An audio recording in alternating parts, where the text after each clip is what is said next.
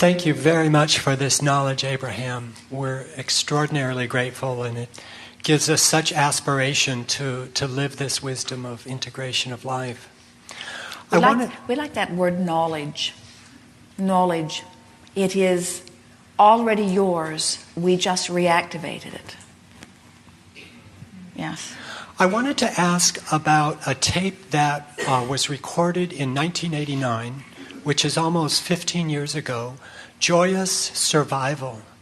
And here we are, still talking about it. Have you come to the awareness that your survival is a given, that your survival is inevitable, and that we are just about the joyous part? In other words, you'll never cease to survive. But there are a whole lot of people surviving, not in joy.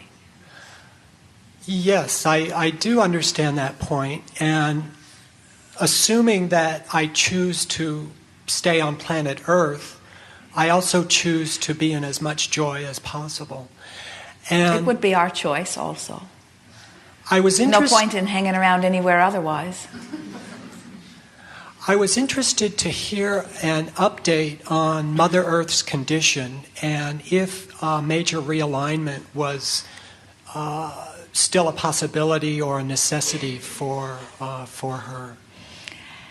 Your planet is always in the state of realignment. Always. There will always be, depending upon where you're standing, the intensity of it, upheavals as your Earth is continually maintaining her balance. Not reclaiming, but maintaining her balance. What that tape is about, there's also a segment in the Green Book about it. What that is about is helping deliberate creators like yourself come into personal power relative to everything. And it's an interesting thing because when people first begin talking about deliberate creation, it really, for most, is more about how do I get over there, how do I achieve this in terms of dollars or in terms of relationship or in terms of body. In other words, it's not much changes in relationship to what you want. Here you are in your physical time-space reality, and there are a variety of desires that keep being born within you. So, as those desires come forth, the thing that thwarts more people than all other things put together is this belief that there is something that is outside of me that is prohibiting me from my achievement of what I want. Often it is that feeling that there is this big thing like economy, or this big thing like government, or this big thing like my past history, or the family into which I was born. In other words, there are so many people who have placed so many huge limitations on themselves, and they've practiced beating the drum of those limitations to the point that they now feel powerless in their ability to achieve whatever it is that they are wanting.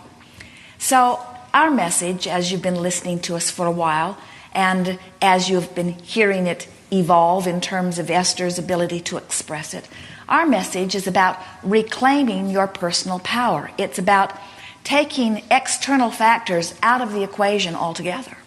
And at the time that Jerry and Esther began this work, especially in the arena or audiences that were coming to hear them, this subject of earth changes, this subject of a planetary shift was perhaps the most talked about subject in all the audiences. In other words, it was where mass consciousness, or at least new thought consciousness, was. That was what they wanted to talk about. And we adored the idea of taking this great big catastrophic subject and putting it into the proper perspective so that no individual need ever feel powerless again relative to anything, even something as big as that, you see. So that really was what all of that was about. It was about saying, all right, so I now have knowledge that there are factors that are so big that I can't control them. And think about what the benefit of that is. In other words, it was the perfect basis for anyone to reclaim their power because, you know, what we notice as we watch so many of our physical friends, you will take any effort possible before the one of aligning your own energies. In other words, if there's one other path that most humans can take on their way to what they think they want, they'll take it first. In other words, they'll go the medical route. First, they'll change their diet, and then they'll take the drugs, and then they'll take the surgery, and they'll go to all those alternative medicines. In other words, they'll do almost everything before they'll align their own energy with their own desire of well-being, you see. And so we thought it was a wonderful thing that so many of them had come to a clear belief that something was going to happen that they had utterly no control about. And we thought, what better opportunity for people to regain control of their own experience than to do it in that sort of an environment. And many found power beyond their wildest dreams as they were able to put that realignment of planet Earth in proper perspective. In other words, we want you to come to the place where you realize that it does not matter what's going on around you. When you are in vibrational alignment with your desires, circumstances and events are always going to be provided for you to achieve whatever you are wanting. The other thing that the idea of the realignment of the planet did for so many, it put you in a position where you had to tend to your own business because you could not make what everybody else is doing your business and stay in any sort of alignment. In other words, you had to stop worrying about your parents that are living out there on the ledge of the ocean. You had to stop worrying about your children who were going to move who knows where. In other words, you had to finally take the only responsibility that you have the right to take, which is for yourself, and bring yourself into vibrational alignment. And so we think it was a sort of dramatic environment in which to regain your control, but it's the same reason that we adore talking with terminally ill audiences. They're usually the only ones who really listen. They're usually the only ones whose desires are piqued sufficiently enough that they're summoning in a powerful way, who can actually feel when they are getting movement toward what they are wanting, you see. They are willing finally to do the only thing that ever worked anyway, which is move energy. Yes. So it was a response to the need of the times, and Mother Earth may be similar then as she is now, but the collective consciousness needed to hear that in some way? Well, we don't know if collective conscious needed to hear it or not. Those that were meeting with us were asking the question, and we gave them the answer to the question that they were asking. In other words, many people had come to the clear conclusion that that was what was inevitable and upon their immediate doorstep. And we showed them how to regain control, knowing that if you can regain control under that condition, you can regain control under any condition. We want someone who has full-blown AIDS to regain control and return to wellness. We want someone who is out of control financially, maybe even upon the brink of bankruptcy or way past it. We want them to regain vibrational control and begin to financially thrive, because it does not matter where you are, you can get to where you want to be. Your planet is a safe planet. In other words, this is a wonderful leading-edge environment that will remain such for much longer than your thoughts can even reach out to into the future. In other words, this is an environment of so much future and so much promise, and you just don't need to be afraid of your future. You don't need to be afraid of your planet. You don't need to be afraid that well-being has forsaken you. It never will, you see. But sometimes what happens, it's like someone deciding that they're going to go to someplace they've never been. They go to Paris, perhaps, and they get out of the taxi cab and step right into a sewer that is overflowing, and they say, oh, so this is Paris. When there is so much more to it.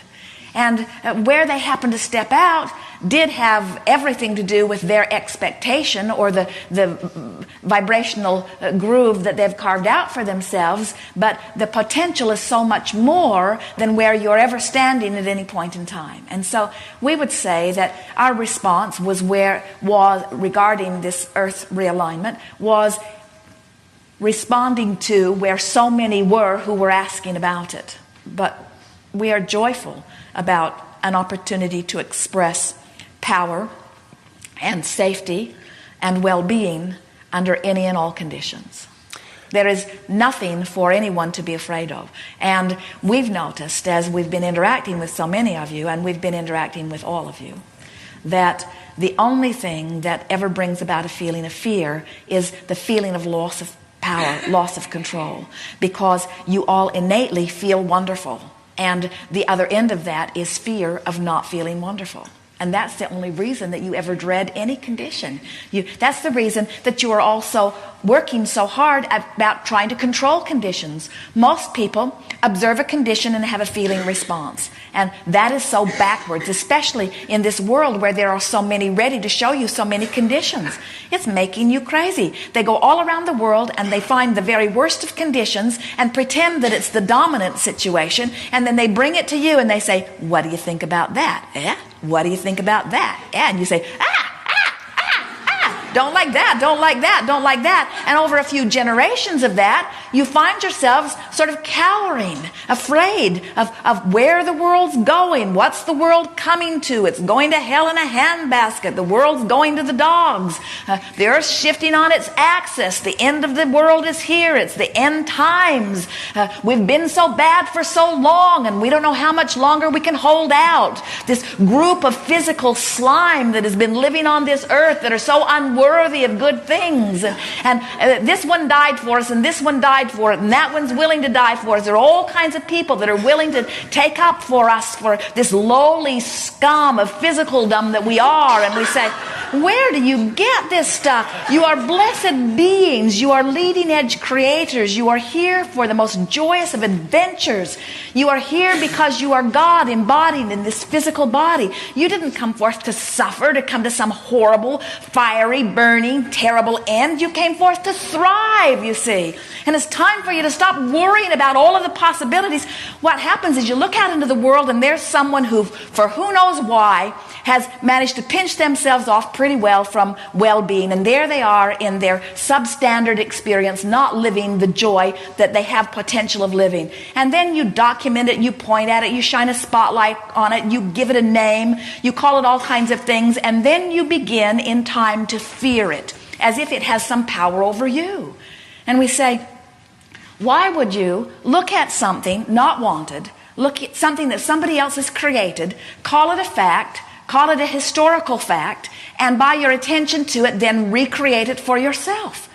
You say, well, because it is true, and we must be objective, and we must face everything, and we must acknowledge the truth of what happened. And we say, oh, there are so many truths that have happened and are happening that are pleasing to you. Get your eye on those. And you say, oh, I'm so confused. Should I go this way or should I go that way? And we say, feel your way to it. Feel your way to it. You can feel your way right back to enlightenment. You can feel your way right back into the light. You can feel your way right into clarity, right into abundance, right into wellness. You can feel your way right back into the groove that is natural for you. And when it clicks into place, you know it. You remember it. It's your knowledge, isn't it?